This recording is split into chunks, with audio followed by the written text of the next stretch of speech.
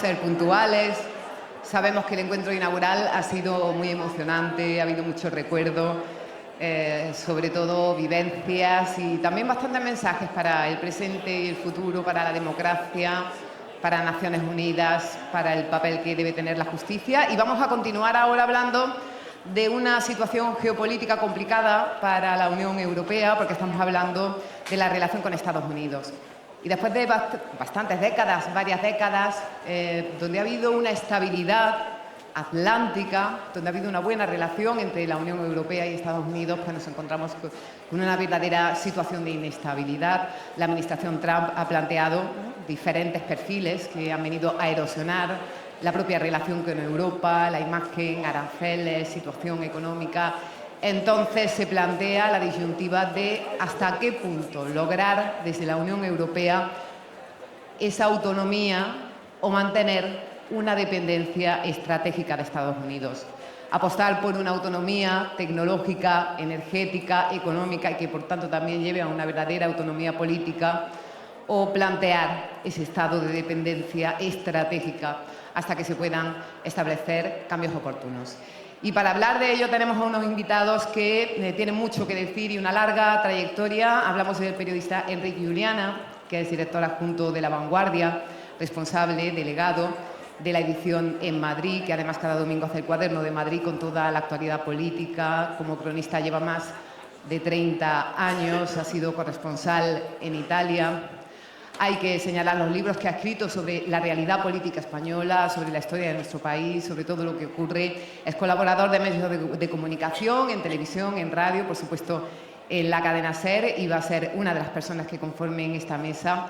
También vamos a conocer el perfil de Judith Arnal, que nos va a dar cierta lógica, y yo creo que esto entra en la macroeconomía y todo, porque ella es investigadora principal del Real Instituto Elcano, sobre todo en economía y tecnología, que son las bases de lo que hoy se va a establecer aquí dentro de todo este diálogo. Consejera del Banco de España, también ha sido consejera del Instituto de Crédito Oficial y ha tenido puestos de responsabilidad en el Tesoro Público. Es profesora de Finanzas Internacionales y forma parte de ese consejo científico del Real Instituto Elcano, así que es importante contar también con su visión.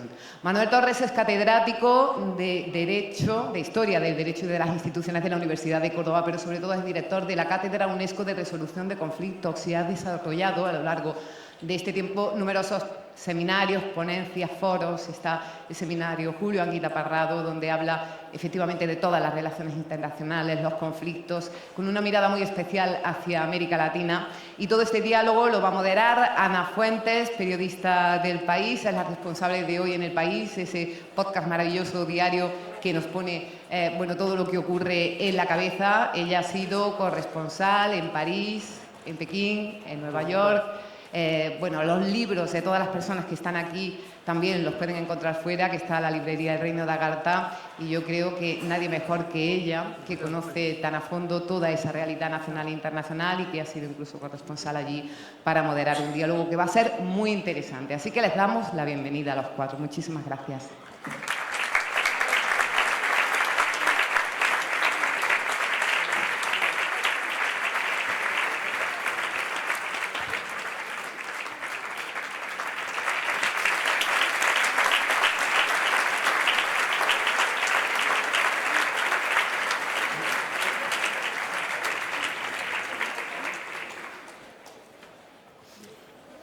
Muy buenas tardes, bienvenidas y bienvenidos.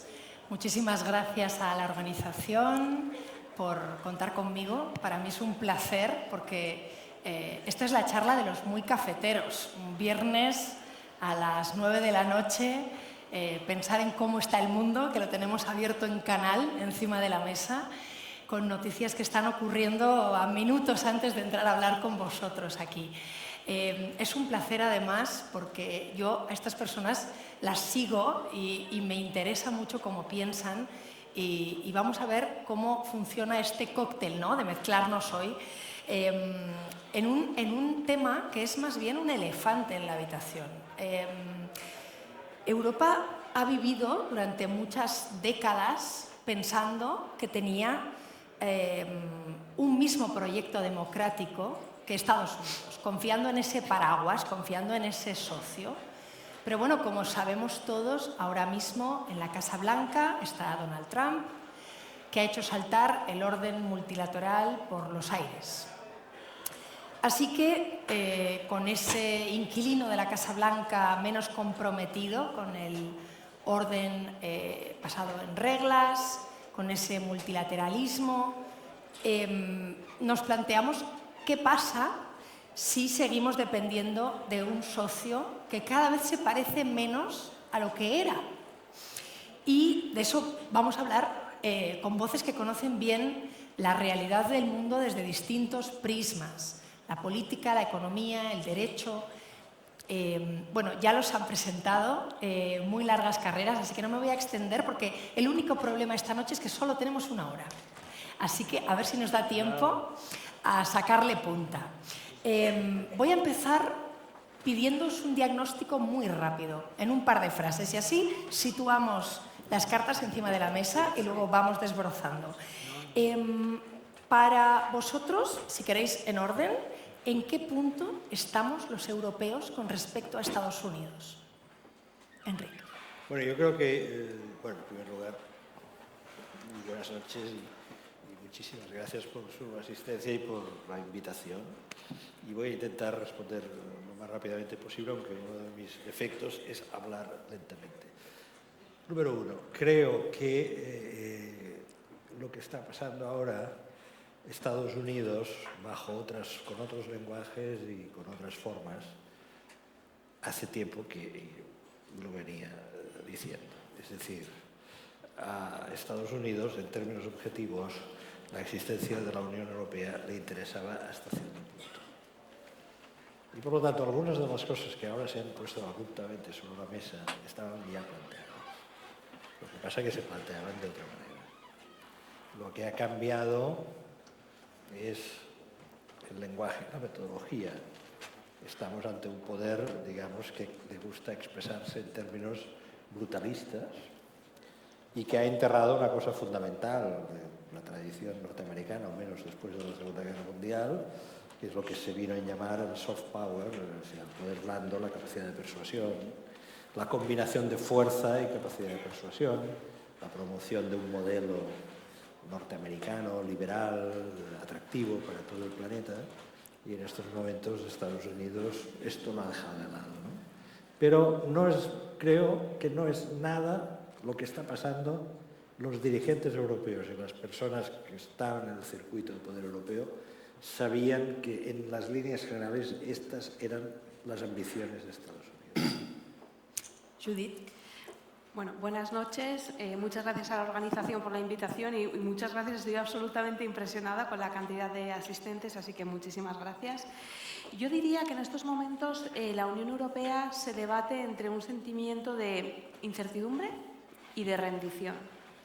Rendición porque el pseudoacuerdo comercial al que se ha llegado con Estados Unidos, porque eso no se puede llamar acuerdo comercial, es una rendición en toda regla, donde Estados Unidos nos fija un tipo arancelario del 15% y nosotros garantizamos libre acceso al mercado de la Unión Europea, donde nos comprometemos a aumentar aún más, si cabe, la compra de material militar procedente de Estados Unidos, donde nos comprometemos a realizar una serie de inversiones muy elevadas de 600.000 millones de euros en Estados Unidos de aquí a 2028, donde además renunciamos a nuestra soberanía tecnológica en materia de seguridad y nos comprometemos a alinearla plenamente con Estados Unidos.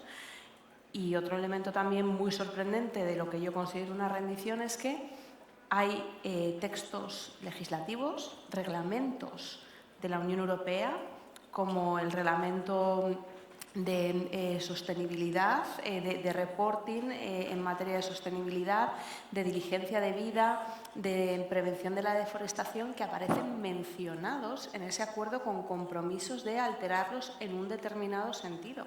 Entonces, creo que esto es una rendición y aunque otras grandes potencias económicas como Japón o Corea del Sur también hayan llegado a acuerdos similares, creo que esto no obsta para reconocer que una potencia económica de 450 millones de habitantes como la Unión Europea se ha rendido ante Estados Unidos. Y en segundo lugar, incertidumbre, porque aunque los defensores de este pseudoacuerdo comercial lo que nos vienen a decir es que con esto las empresas van a tener más certidumbre y se ha evitado una guerra arancelaria, lo cierto es que ya Donald Trump hace poco ha amenazado a la Unión Europea con aumentar los aranceles si aplicamos nuestra normativa en materia tecnológica. Manuel. Bueno, buenas noches. En fin, yo poco puedo añadir a lo que se ha señalado. Yo creo que hay una situación de desubicación. Realmente Europa está ahora mismo en un estado de shock, como el presunto padre que de pronto te das cuenta que es infiel a la familia o que no sabe dónde situarte.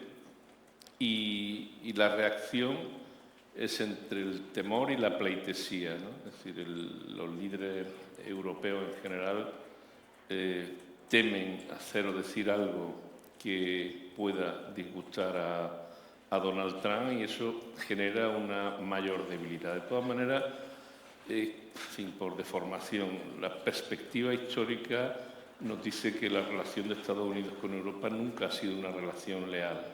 Nunca, jamás, jamás.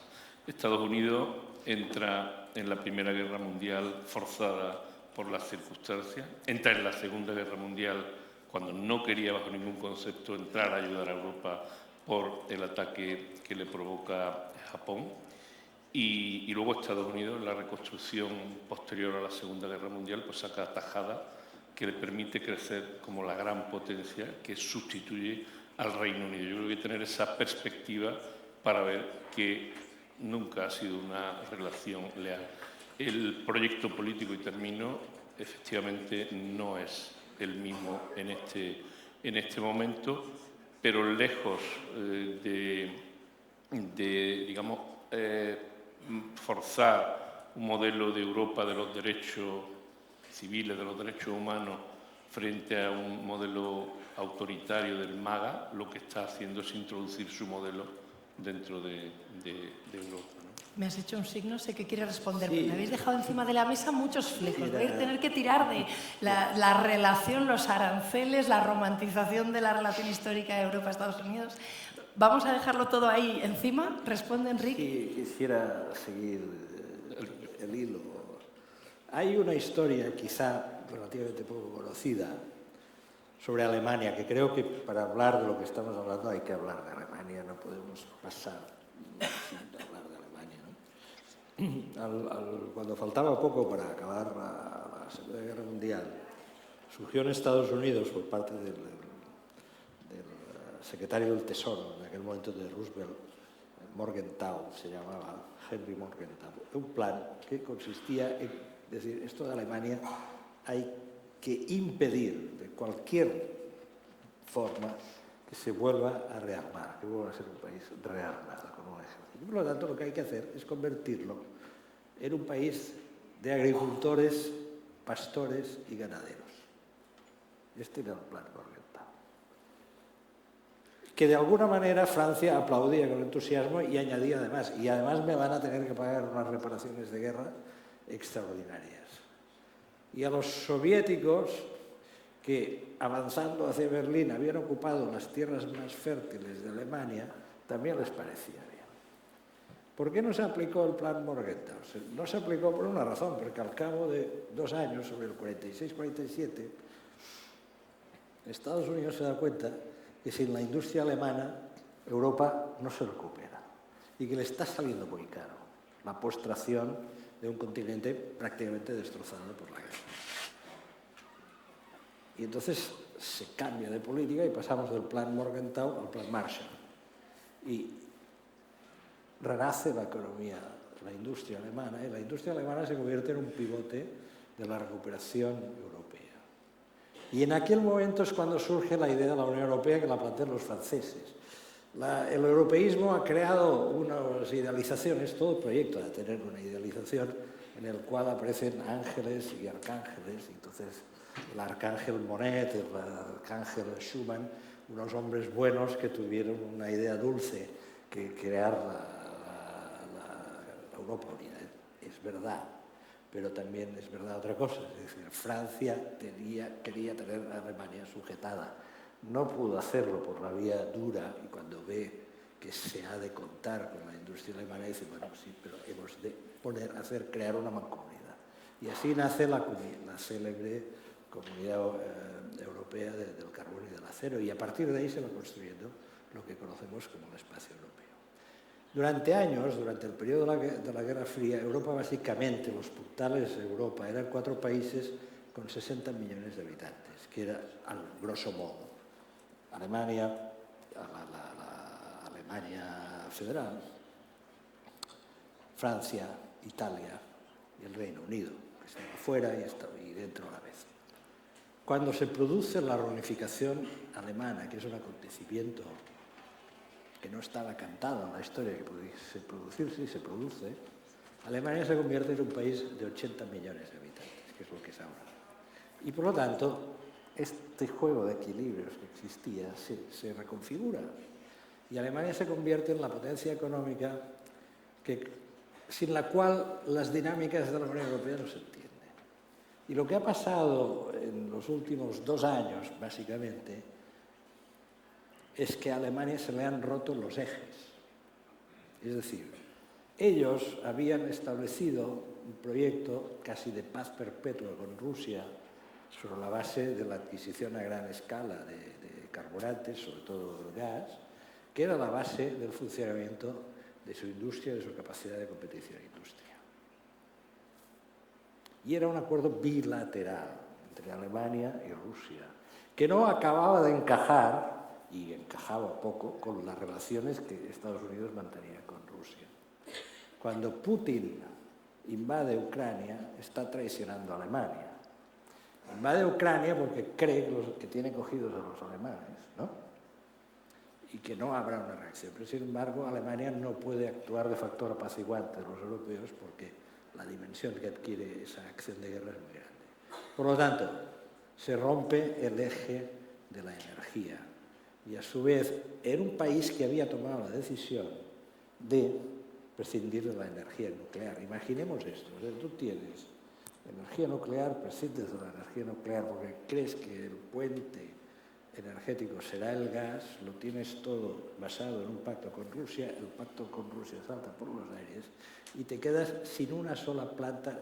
Cuando estalla toda la crisis, Alemania no tiene ni una sola planta de regasificación en sus costas. Para que se hagan una idea, la península ibérica tiene 8 plantas de regasificación. Ellos no tenían ninguna. Entonces, luego se les rompe otra cosa. El comercio con China, la exportación de tecnología a China, la industria del automóvil, importantísima para Alemania, sufre otro shock, que nada tiene que ver con el gas, pero sí tiene que ver con el hecho de que los chinos han avanzado muy rápidamente en el diseño del coche eléctrico y empiezan a romper el mercado los alemanes.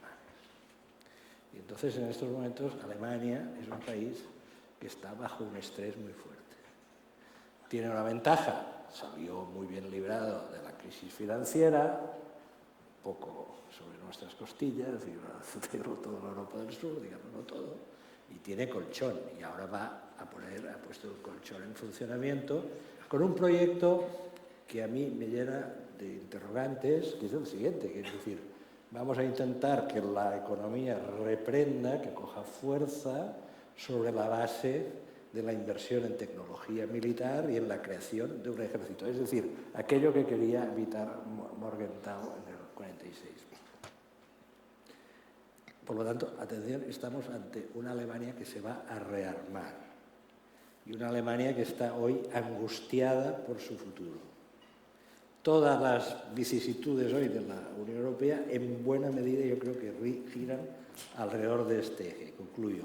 La negociación de los aranceles, si es que le podemos llamar negociación, percibida por la mayoría de los ciudadanos europeos como una auténtica calamidad, que ha quemado, creo, la figura de Ursula von der Leyen, se hace de acuerdo con los intereses de Alemania. Preservar la industria, hasta lo posible, la industria del automóvil alemán. Y con los intereses, yo creo que también de la industria del norte de Italia, y los franceses, que están en una situación muy complicada, muy crítica, dejando hacer. Y a partir de aquí lo que tenemos. Enric, vamos a dejar que también Judith meta la cuchara en el flan un poco. Para leer esto también en clave económica, hablabas de ese sueño dulce europeo, de la locomotora alemana con el motor gripado, vale, pero ¿y qué hay del sueño del siglo XXI europeo, de la autonomía estratégica? Ahora mismo, Judith, ¿esto es un concepto bonito que queda bien en titulares y en discursos de Borrell o se puede llevar realmente a cabo? ¿Y a qué coste, no?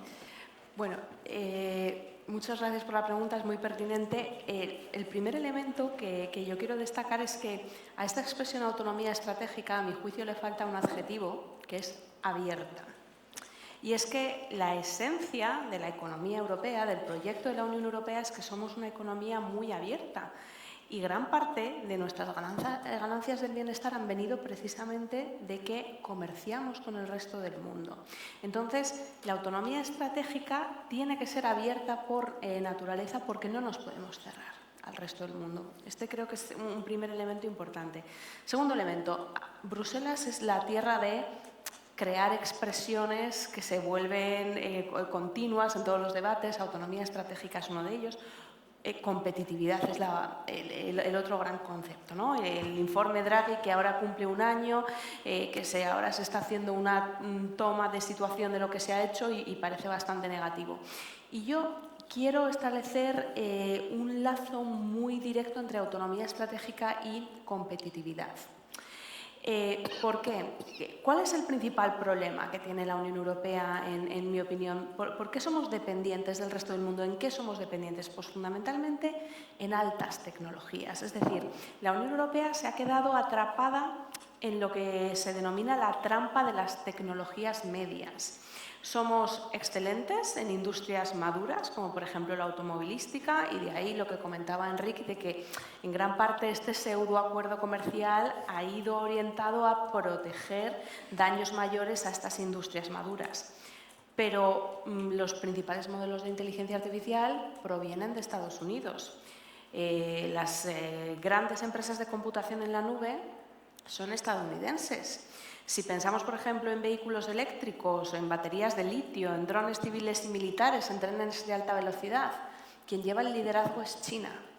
Entonces, para que la Unión Europea sea más estratégicamente autónoma, tiene que ser más competitiva y tiene que pasar a liderar también al nivel de las tecnologías que pueden provenir de otros lugares, ¿no?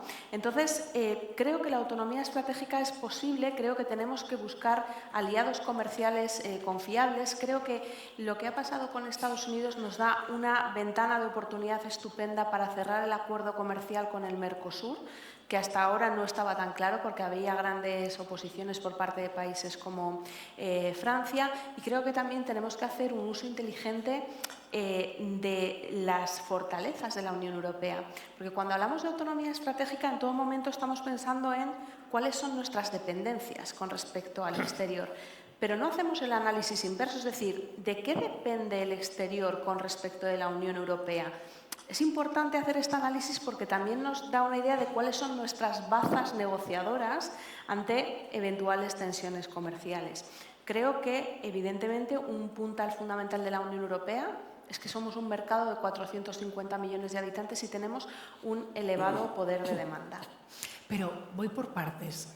Al final, es cierto, hablamos de tenemos que, pero ¿qué herramientas tenemos? Tú dices 450 millones, pero cuando vemos que los chinos negocian de manera individual con cada país, cuando vemos que pasan cuestiones como ahora mismo activistas detenidos y una Gaza masacrada y el plan que se puede articular, Europa ni ha pinchado ni ha cortado, es decir, que al final, tú misma decías, ¿no?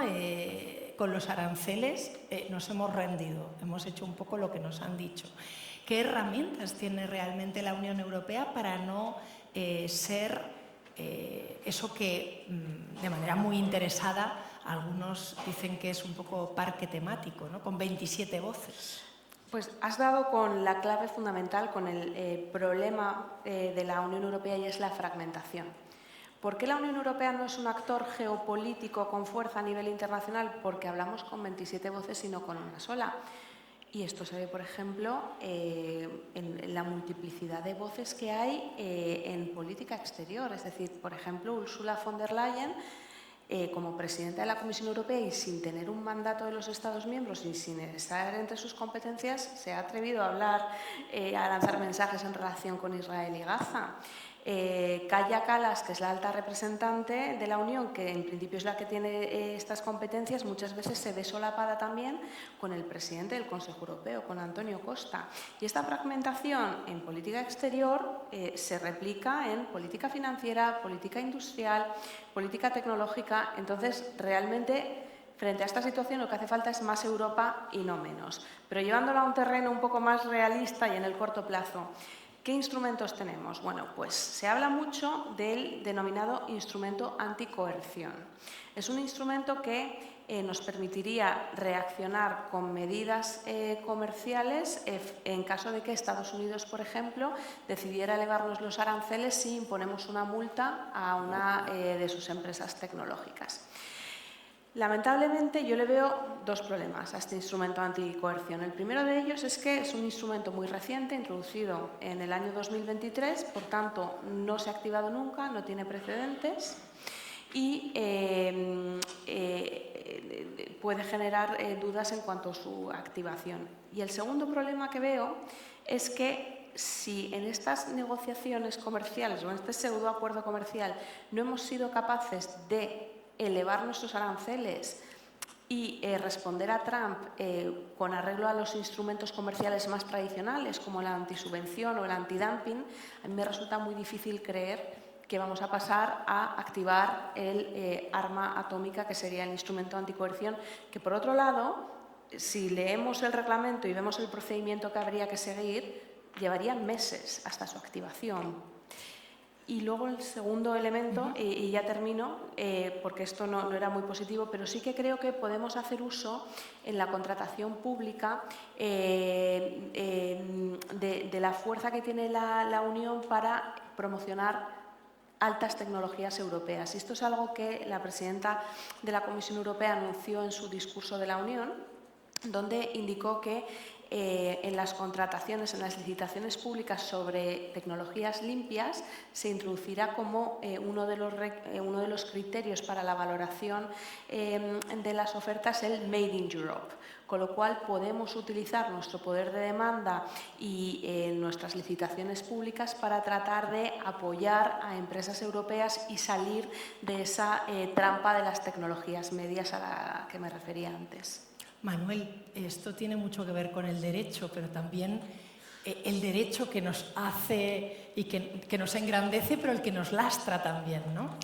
Sí, bueno, es un poco el debate que tenemos en las democracias actuales, ¿no? El problema de la burocratización en exceso que limita la capacidad de toma de decisiones efectivas en poco tiempo, ¿no? Este es uno de los argumentos que está utilizando precisamente la ultraderecha en toda Europa. Es uno de los elementos a los que juega también el modelo de Donald Trump, ¿no? Con los decretos presidenciales con una inmediatez y una rapidez que no tienen contestación por parte de otros órganos constitucionales de los Estados Unidos. Y esto se ve por los ciudadanos como una cierta esclerosis, una cierta parálisis del aparato político para solucionar sus problemas, ¿no? El ciudadano empieza a percibir la democracia en términos de burocracia excesiva. Y claro, cuando hablamos en esta terminología sobre el tema de aranceles, sobre la dificultad de toma de decisiones en la Unión Europea, que es una característica esencial de la propia Unión, ¿no? Porque son 27 estados con unos procesos de toma de decisiones lentos, complejos, pero que en definitiva tienen además un caballo de Troya dentro, ¿no? De eso no estamos hablando, es decir, estamos viendo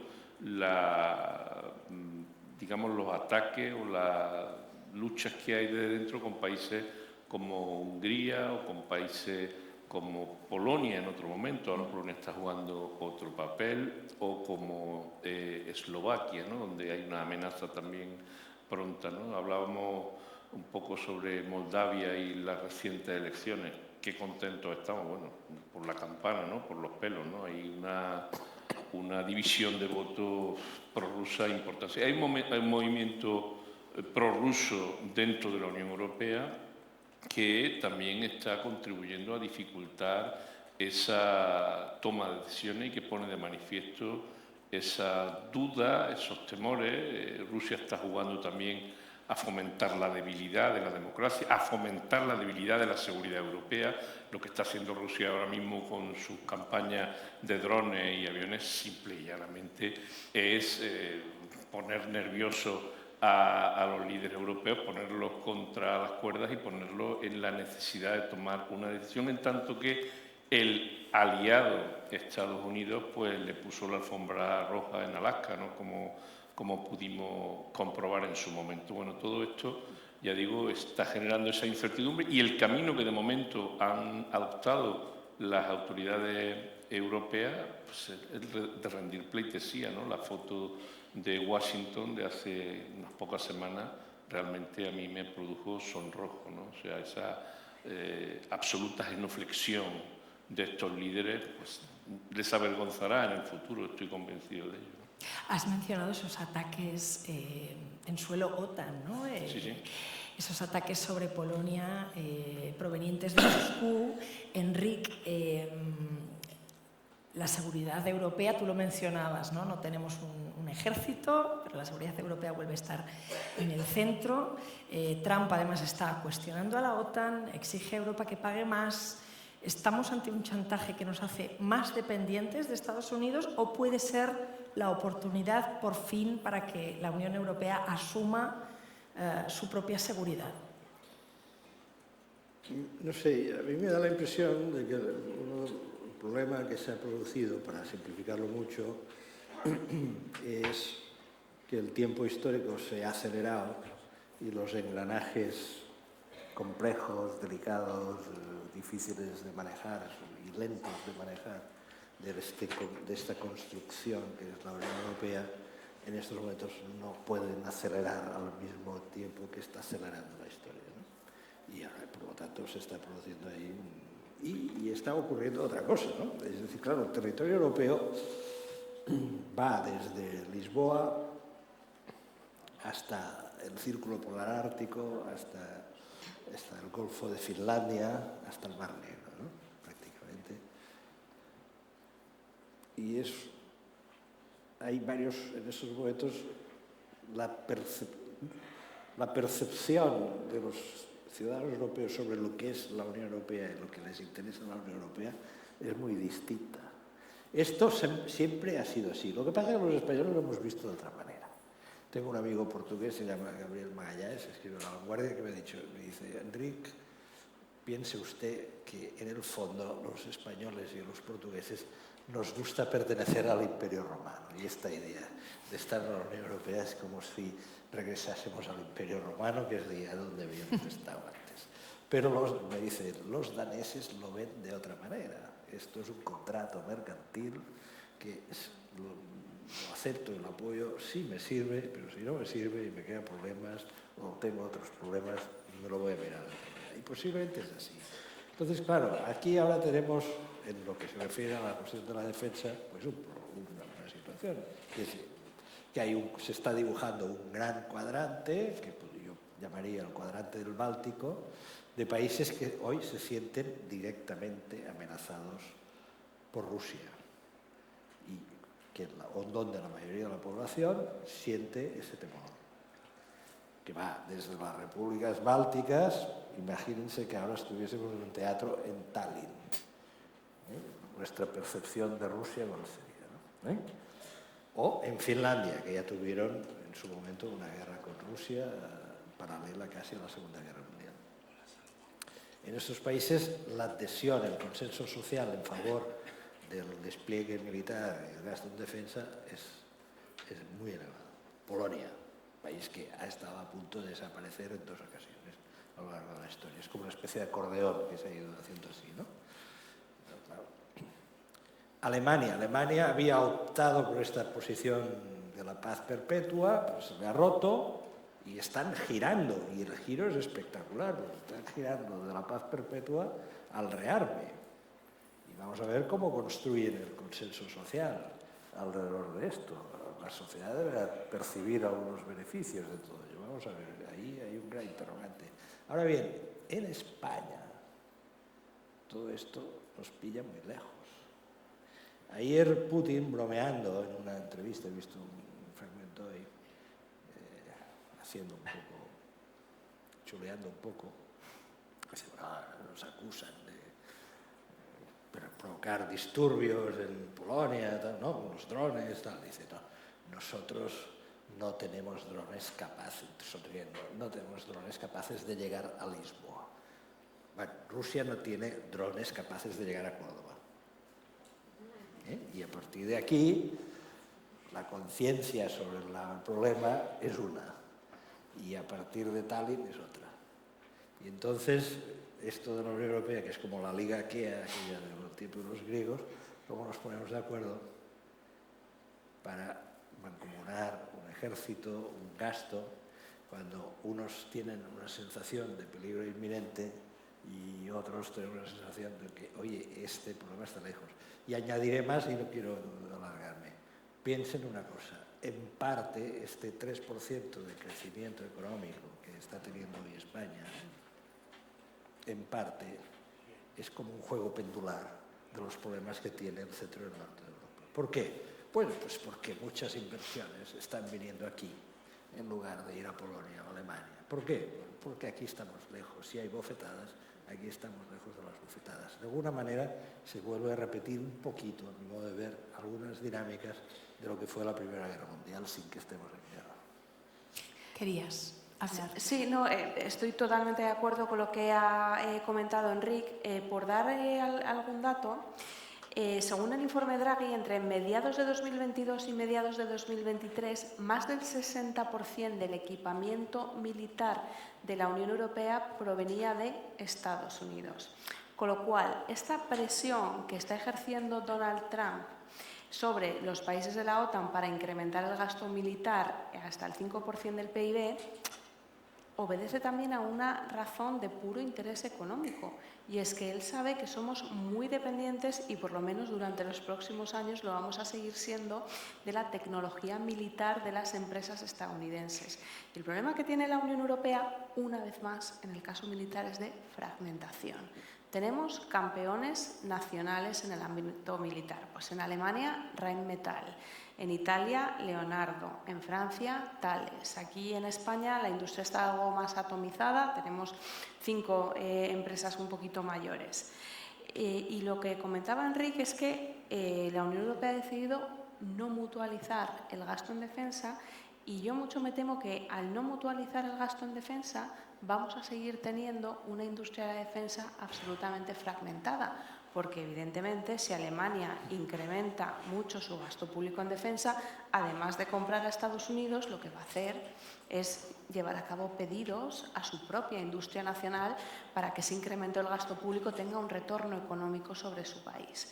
Con lo cual, lamentablemente creo que este esfuerzo que vamos a tener que llevar a cabo en las cuentas públicas, y Alemania tiene espacio fiscal para hacerlo, pero España, Italia y Francia, con unas ratios de deuda pública sobre el PIB superiores al 100%, no lo tenemos. Y si vamos a incrementar el gasto en defensa, tendrá que ser a costa de reducir gasto público en otras partidas.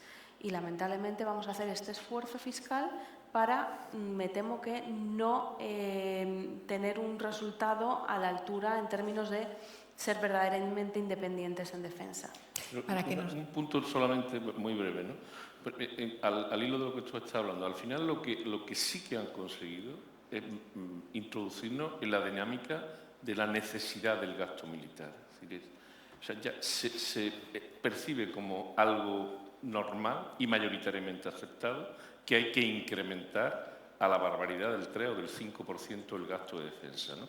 Y que Europa tiene que rearmarse. Bueno, en fin, perdonen, los rearmes de Europa siempre han terminado de la misma manera. Siempre. En guerra. Comprendo que es difícil, ¿no? Porque la dinámica es perversa, absolutamente perversa, ¿no? Porque bajar los brazos frente a Rusia pues supone una deriva de muy complejas consecuencias. Pero fíjense, al menos tengamos la conciencia de que han conseguido meter en nuestra agenda la idea de que hay que rearmarse y que la industria militar es súper necesaria. Y termino. Efectivamente, el problema del gasto es la fragmentación del gasto, es que ni siquiera hay una posibilidad de coordinar técnicamente las armas de Italia con España o de España con Francia, ¿no? En caso, en fin, yo lo más que conozco del ejército en los 20 meses de mili que hice, ¿no? Pero sé que hay unas dinámicas que son comunes a la hora de reparar, a la hora de todo lo que supone la industria auxiliar, etcétera. Pues si cada uno fabrica de un modo y no hay encaje único, pues es complicadísimo, ¿no? Daría para un debate, pero tengo que ir añadiendo y no se nos olvide, elementos. perdón, ¿Sí? que la compra de armamento no solo a Estados Unidos, ¿no? No. Tenemos a Israel, que Sí. está frotándose las manos, ¿no? O sea, Tengo que ir añadiendo porque si no se nos convierte en un debate solamente centrado en un aspecto, ¿no? Y tengo que llevarlo también hacia Estados Unidos, pero primero me falta una cosa que quería comentar con vosotros. Tú hablabas de introducir temas o marcos, ¿no?, de pensamiento a la hora de pensar en qué tenemos que gastar el dinero o qué tenemos que reforzar. Y también se han introducido marcos ideológicos a la hora de pensar en la Unión Europea. Muchos vienen desde el trumpismo, desde Estados Unidos, otros por otro tipo de extremas derechas que tienen otras particularidades. ¿Hasta qué punto esa ideología trumpista que viene de Estados Unidos, esa mezcla de autoritarismo, nacionalismo, desconfianza hacia las instituciones, se está cargando la capacidad de la Unión Europea para construir un proyecto coherente y autónomo, teniendo en cuenta que es un proyecto coral con 27 voces, como decíais? Bueno, que es la ideología que ellos están exportando, ¿no? Que empezaron con el proyecto del Brexit, fue la primera piedra de toque, donde Steve Bannon ya había lanzado algunos planteamientos que luego se aplicaron en esa campaña, y luego los partidos de extrema derecha que están en España, en Francia, en Italia, en Hungría, en fin, todos estos partidos están poniendo en primer lugar en solfa a la propia Unión Europea, es decir, la crítica abierta, los males vienen de Europa, los males vienen de la burocratización de Europa, el campo, el medio ambiente, etcétera. La necesidad de un rearme moral, que es una guerra cultural, el cristianismo frente a todos los males que vienen del feminismo, de la inmigración, etcétera. Y bueno, el problema es que está calando fuertemente en sectores amplios de la población. El número de votantes está creciendo en toda Europa, y la estrategia del movimiento MAGA de Estados Unidos precisamente es esa infiltración como caballo de Troya dentro de Europa y dentro de sus democracias para debilitarla. Y en eso coincide plenamente con el socio Putin, ¿no? Porque es que, la dinámica es que ha cambiado de tal manera en tan poco tiempo que hemos pasado de una enemistad absoluta entre los Estados Unidos y la antigua Unión Soviética y los restos de esa Unión Soviética, hemos pasado a un punto en el que son aliados en planteamiento ideológico, y supongo que son aliados también en planteamiento económico, ¿no? La deriva que está utilizando el propio Donald Trump en beneficio propio también, no se nos olvide, ¿no? Él es un negociante, ¿no? Y pues están determinando esa relación en la que Europa, decía, está desubicada. Es decir, es que si al final resulta que Estados Unidos es nuestro enemigo, es que nosotros tenemos bases militares de Estados Unidos aquí, a 100 y pico kilómetros, ¿no? Sí. O sea, fijaros en qué situación, en qué dinámica tan loca puede terminar esta relación con los Estados Unidos, ¿no? Y el principal objetivo ahora mismo es la debilitación de la democracia. Realmente Estados Unidos hemos mitificado su democracia, la hemos mitificado desde siempre, ¿no? Y se nos olvida que hasta el año 65 más de 20 millones de personas tenían prohibido el voto en ese país, ¿no? Y hemos hablado de la fortaleza de sus check and balance, de sus instituciones. Pues no sé dónde está la fortaleza. Déjame esa para el final, la de la democracia de Estados Unidos. Enrique. Sí, existe un pacto cerrado entre Estados Unidos y Rusia para cargarse la Unión Europea, podemos dar la misa por concluida.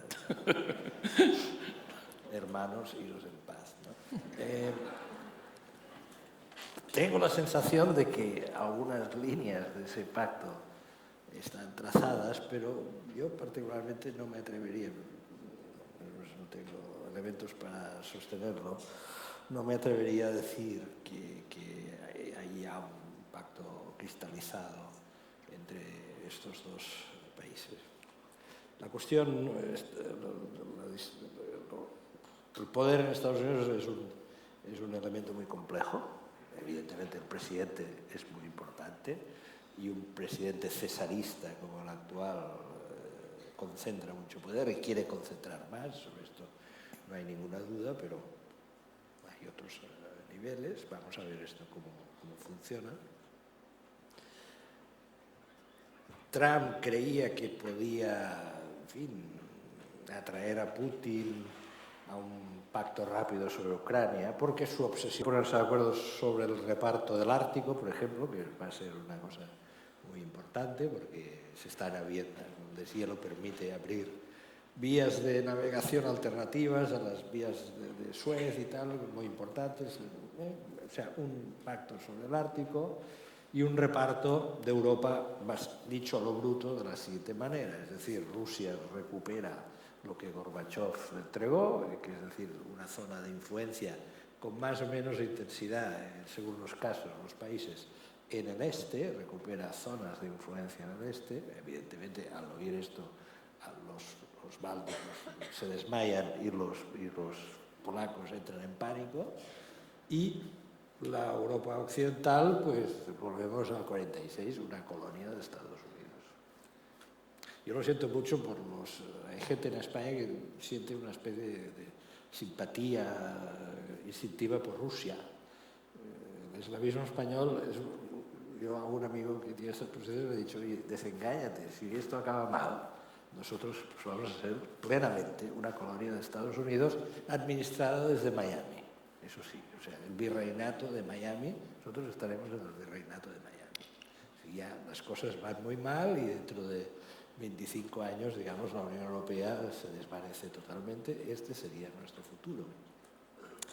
Este puede ser un dibujo de la situación, un dibujo trágico para nuestra generación, un final trágico, ¿no?, de lo que ha sido, pues son más de 80 años, ¿no?, de construcción de un proyecto democrático, ¿no? ¿Es inexorable que eso ocurra? Yo creo que inexorable no lo es, vamos a ver, ¿no?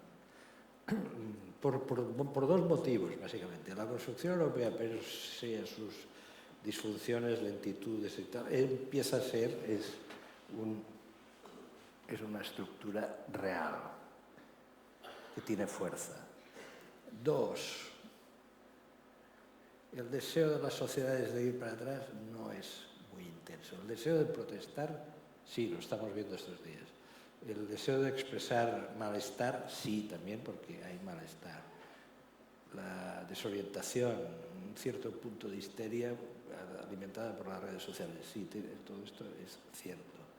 Pero el deseo de volver, el impulso de volver para atrás no creo que sea el predominante. Concluyo. Elecciones en Moldavia el pasado domingo. Cuando la gente allí, pegados a Rusia, estaban ante la disyuntiva, es decir, oye, ya nos entregamos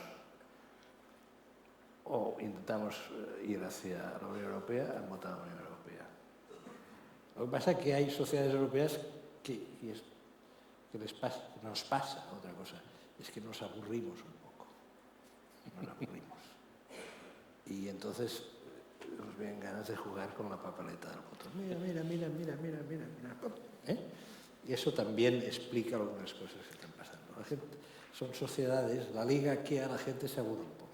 Me permite un matiz, Enrique, has dicho las instituciones europeas o TTT tienen fortaleza, ¿no? Has dicho es una fortaleza real, hay que demostrarla. La fuerza hay que demostrarla, no digo militarmente, es decir, la fuerza hay que demostrarla por no haciendo esa imagen en Washington, por ejemplo, ¿no? O sea, la fuerza hay que demostrarla como lo ha hecho India o como lo ha hecho Brasil, ¿no? En circunstancias distintas, es decir, son términos no comparables. O sea, tú puedes tener una musculatura espléndida, pero si no la muestras. Y Donald Trump, yo no soy un experto en su psicología, ¿no? Pero creo que es un negociador que teme cuando se le hace frente, y lo estamos viendo. Cuando se le planta cara, pierde un poco su chulería, ¿no? ¿Y qué pasa si solamente estamos mirando a gobiernos como actores, pero también están compañías? Judith, tú sabes mucho de tecnología, de las grandes plataformas que están condicionando también la política. ¿Cómo introduces esa variable? Bueno, yo desde la perspectiva de la Unión Europea lo que querría destacar a este respecto es que durante la legislatura anterior se aprobó una batería de reglamentos precisamente para garantizar los valores europeos en relación con estos grandes actores tecnológicos. Por ejemplo, el reglamento de servicios digitales para la moderación del contenido y retirada de contenido ilegal en grandes plataformas, o el reglamento de mercados digitales para garantizar que hay competencia real en los distintos servicios, los mercados de servicios provistos por estas grandes compañías. Y esto es algo que molesta profundamente a la administración Trump, y de ahí la incertidumbre de que el pseudoacuerdo comercial al que hemos llegado sea duradero, porque en el momento en el que empiece a haber multas a estas grandes empresas o empiecen a implementarse decisiones con las que la administración Trump no está de acuerdo, pues puede haber una subida de aranceles. Y aquí yo soy muy clara y muy taxativa. Creo que tenemos que implementar el ordenamiento jurídico que nos hemos dado. Esto no obsta para que podamos mejorarlo. Ahora, por ejemplo, se ha abierto una fase de consulta para la revisión del reglamento de mercados digitales. La revisión de este reglamento tiene que ser el resultado de nuestras prioridades, nuestras decisiones, por supuesto, en contacto con operadores privados y públicos. Es decir, no se puede hacer de espalda a los operadores privados, pero creo que tenemos que defender nuestros valores, tenemos que ser conscientes de que tenemos un mercado de 450 millones de consumidores, y no podemos dar un paso atrás en la implementación de la normativa que soberanamente nos hemos dado. ¿Me da tiempo a otra? ¿Sí? Vale. Vamos a ver, os pregunto, porque hemos diagnosticado mucho a la Unión Europea, pero ¿qué hay de Estados Unidos, que al final era el primo de Zumosol, ¿no? El grande que está en decadencia? La profesora de la Universidad de California, Bárbara Walter, que escribió un libro que se llama Cómo empieza una guerra civil y cómo evitar que ocurra, lleva desde 2018 advirtiendo de que esto puede pasar en Estados Unidos. Bueno, ya estamos viendo, ¿no? A los militares patrullando, gente siendo expulsada sin ningún tipo de orden judicial. Ya no es tabú hablar de guerra civil en Estados Unidos, y se identifican dos elementos de riesgo. Yo quería preguntaros cómo veis el diagnóstico de Walter, ¿no? Ella dice que, por un lado, está la anocracia, el estado intermedio entre democracia y autoritarismo, y el otro es el identitarismo. Y estamos viendo la guerra cultural tremenda desde hace años, desde que Trump empezó su primer mandato. ¿Hasta qué punto eso es catastrofista o es un buen reflejo de lo que estamos viendo? Porque las cosas cada vez van peor, ¿no? En 1999, un ensayista que se llama Robert Kaplan, bastante conocido, que escribió hace unos años un libro extraordinario que se llama La venganza de la geografía, digamos, uno de los maestros hoy, y considerado uno de los maestros de la geopolítica, escribió un libro al filo del cambio de siglo que se titulaba La anarquía que viene, cuya tesis era la siguiente. decía, nosotros en Estados Unidos hemos ganado la batalla de fondo, la batalla con la Unión Soviética, el modelo soviético, y luego añadía, pero eso no significa que lo que venga ahora vaya a ser mejor. Y lo decía así, hemos ganado y está bien que hayamos ganado, pero lo que puede venir no necesariamente va a ser mejor, porque el mundo de alguna manera, con la pugna entre los dos bloques, esta pugna sujetaba. Las guerras se producían en la periferia, Vietnam, África, Mozambique, Angola, las dictaduras latinoamericanas, la matanza de Indonesia, de la cual Occidente apenas tuvo noticia, más de 1,5 millones de personas asesinadas en el 65 en Indonesia. Bueno, pero en el escenario central reinaba la paz. Él advertía, y así entre las advertencias que realizaba, decía, yo cuando lo leí me quedé bastante pasmado, dice, y no podemos dar por seguro que Estados Unidos en los próximos 50 años mantenga la integridad territorial. Puede haber algún tipo de ruptura interna en Estados Unidos. ¿Por qué? Porque los elementos coagulantes, los elementos que establecen la existencia de la nación, están entrando en colisión interna. Es espectacular ver el mapa electoral último de Estados Unidos hecho a partir de los condados, que es la unidad mínima, digamos, ¿no?, administrativa en Estados Unidos.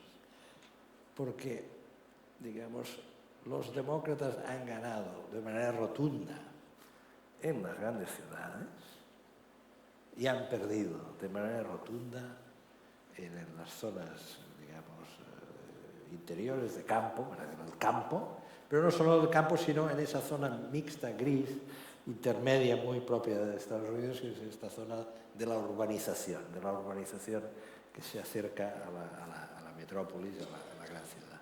Allí donde estaba, en ese territorio, en ese ámbito, estaban como empatados, han ganado los republicanos y posiblemente esas zonas han decantaron el resultado, ¿no? Pero claro, pero fíjense en una cosa, este patrón que en Estados Unidos es, digo, de una rotundidad abrumadora, se repite en Europa cada vez con mayor insistencia.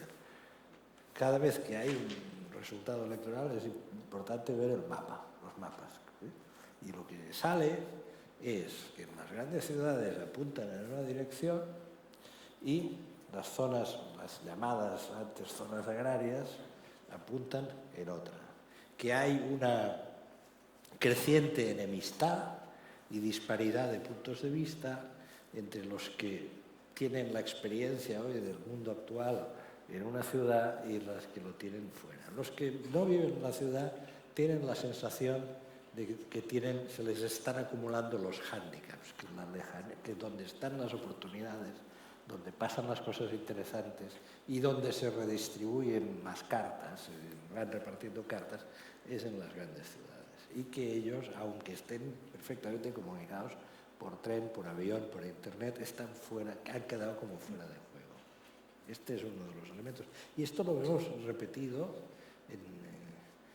y esto explica pues, que, por ejemplo, con una excepción que voy a citar, la mayoría de las grandes capitales europeas, sobre todo capitales de Estado, están gobernadas por la izquierda o la centroizquierda. Menos una. A ver si adivinan cuál. Pero esto nos daría para otro debate. No, que nos van a cortar el cuello, Enrique, aquí hay que rematar ya. Os puedo dejar 30 segundos de cortesía cada uno y cerramos. Bueno, la posibilidad de una guerra civil siempre está abierta, ¿no? Me ha gustado el análisis que hace Enrique. Sería, en todo caso, una guerra entre Estados, ¿no? Entre Estados dentro de Estados Unidos, ¿no? Claro, por la fortaleza que tiene, por ejemplo, California o que tiene Texas.